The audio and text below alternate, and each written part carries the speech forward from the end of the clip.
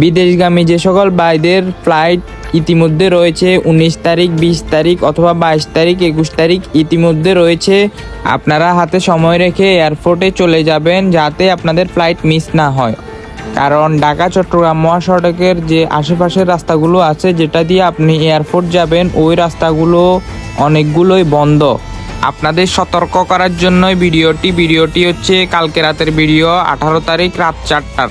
এই যে দেখেন ভিডিওতে একটা ভাই কাঁধে ব্যাগ নিয়ে দাঁড়ায় আছে, ওনার ফ্লাইট 6টায় হযরত শাহজালাল আন্তর্জাতিক বিমানবন্দর থেকে সকাল 6টায় ফ্লাইট, কিন্তু এখন রাস্তায় যে পরিমাণ জ্যাম, উনি কোনো উপায় না পেয়ে কাঁধে ব্যাগ নিয়ে হাঁটা শুরু করছে।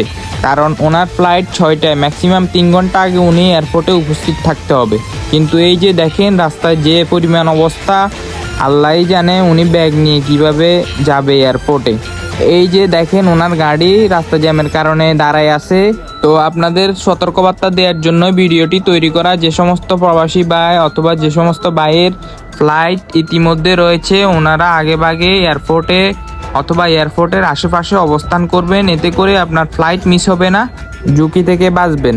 কারণ ঢাকা শহরে বেশিরভাগ রাস্তা এখন ব্যারিকেড দিয়ে বন্ধ, আপনি 1 ঘন্টার রাস্তা যাইতে লাগবে 6-7 ঘন্টা। এবার আসেন হযরত শাহজালাল আন্তর্জাতিক বিমানবন্দরের চিত্র দেখেন কি পরিমাণ মানুষজন। এটা হচ্ছে 18 তারিখ রাত 12টার পরের দৃশ্য। প্রচুর মানুষজন দেখতেই পাইতেছেন, যেনাদের ফ্লাইট আছে ওনারা নিজ নিজ অবস্থানে চলে আসছেন, এখানে বসে আছেন, ফ্লাইটের অপেক্ষা করছেন। তো পরিশেষে একটাই কথা বলি, যেনাদের ফ্লাইট ইতিমধ্যে রয়েছে ওনারা হাতে সময় রেখে চলে আসবেন অথবা এয়ারপোর্টের আশেপাশে হোটেলে অবস্থান করবেন, এতে করে আপনি ক্ষয়ক্ষতি থেকে বাঁচবেন।